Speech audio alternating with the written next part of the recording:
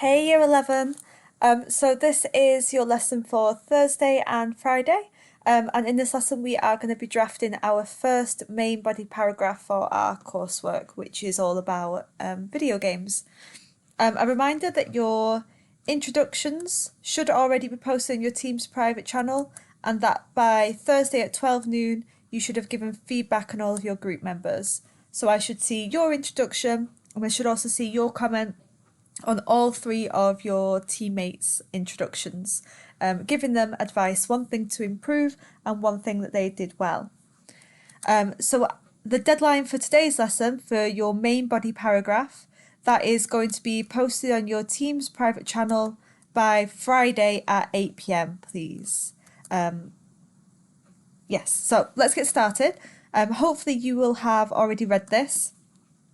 Let me just zoom in a little bit and let's read it together.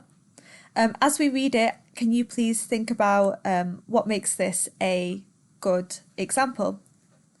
Firstly, your article makes the argument that video games render teenagers unable to tell right from wrong, ruining our moral compass.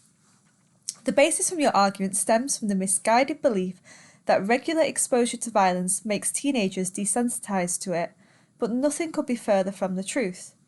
You ought to consider media as a whole: television, film, magazines, books, billboards. In each of these mediums, violence is most prevalent, not just video games, and yet it is video games that ultimately become the scapegoat. Why? Perhaps because video games are most closely associated with the younger generation. It is easier to point fingers at something you don't understand. How many adults would admit to watching popular documentary series like Making a Murderer that depict violence? It seems hypocritical to criticise video games, yet leave other forms of media well alone. Not only this, but you also claim that video games inhibit moral development, as they show that acts of violence are justified and rewarded within video games. This is simply untrue. In China, many of our video games show clear consequences for bad deeds, such as being unable to progress to the next level or lose points. Furthermore, this point is made out of context, because teenagers also inhabit the real world too. We know our country's laws against murder and violence. We don't exist in a bubble of only video games. Of course, we consume other media, talk to friends and family, go to school, and are taught by our parents. In all of these ways do we clearly know the difference between right and wrong, and so it is ludicrous to say that simply playing a game would undo this knowledge. Pause the screen now and have a think. Why is this a good answer?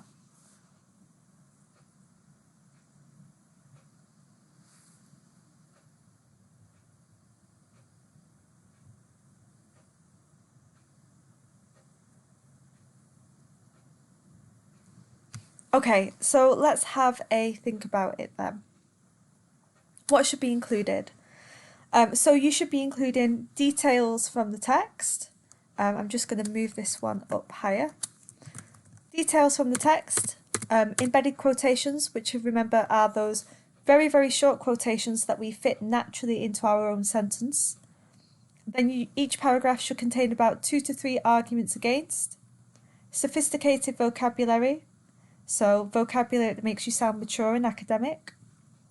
Rhetorical questions, a range of punctuation like semicolons, colons, question marks, exclamation marks, ellipses and dashes, and linking words like furthermore, on the other hand, moreover. I'm also going to add on here to range of sentence types. So you should have short, medium, long sentences, and in there you should have complex using relative clauses, etc. Lists to also work nicely. So these are the things that each of your main body paragraphs should include, and remember you're going to have 3 main body paragraphs, one for each of your main arguments, but for Friday you're just going to write 1. The reason why I'm only asking you to write 1 is so that I can check it, because if you're making a mistake then I can stop you before you write your next 2, otherwise you might waste your time. So let's have a look where these things are in my example paragraph. So if we have a look at the colour coding then, green stands for details from the text, so that means basically a little bit of a summary of the argument. And notice that that is combined with embedded quotes. So your summary should be combined with the embedded quotes when you're summarising the argument or details from the argument. Then after that, you're going to go on to your argument. Notice that this paragraph has got 2 main arguments against the article. I say that you could go up to 3, maybe a little bit more. It depends on how well developed they are. Then also have a look at the linking words. So we've got words like firstly. We have got phrases like not only this. We have got furthermore. So linking words to link our ideas together. Also, if we have a look at the good vocabulary, so we're using sophisticated, academic, mature vocabulary. So we've got phrases like stems from, misguided, desensitized, media, mediums, ultimately, prevalent, hypocritical, inhibit, deeds, progress, inhabit, consume, etc. Also notice then I've got some rhetorical questions like why and how many adults will admit to watching popular documentary series like Making a Murderer that depict violence? Rhetorical question. Not only that, but I've also got a range of punctuation. So here I've got a colon, over here I've got question marks, I've got semicolons. I've also got a list somewhere, let me find it. Here, television, film, magazines, books, billboards. So you can see that that range of punctuation actually helps you also to get the range of different sentence types. Notice here also I've got a 1-word sentence and lots of complex sentences too. The overall tone is formal, polite, but persuasive, right? You're not being rude, but you're very calmly stating why they're wrong and you are right. So moving on to our next steps then.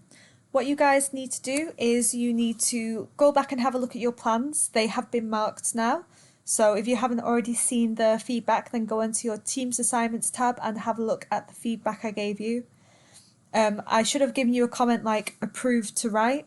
If you've got the approved to write, that's great. Pick your first paragraph and start writing it. A few of you have been told that you need to redraft your plan. If that's you, then you need to send me your new plan by Thursday so that I can check it and then write your paragraph by Friday ideally, but if you do need a little bit longer because you've had to redraft your plan, then you can have that time. So make sure that your plan is all correct before you start writing, and if you need any help or you need an extension, then you can always ask. So the deadline for this, as I said, is Friday at 8 PM, and don't forget to give your feedback on the introductions by Thursday at 12 noon. And that's everything. I hope that you guys have a lovely weekend, and please do let me know if I can help you in any way. Yeah, okay, bye-bye.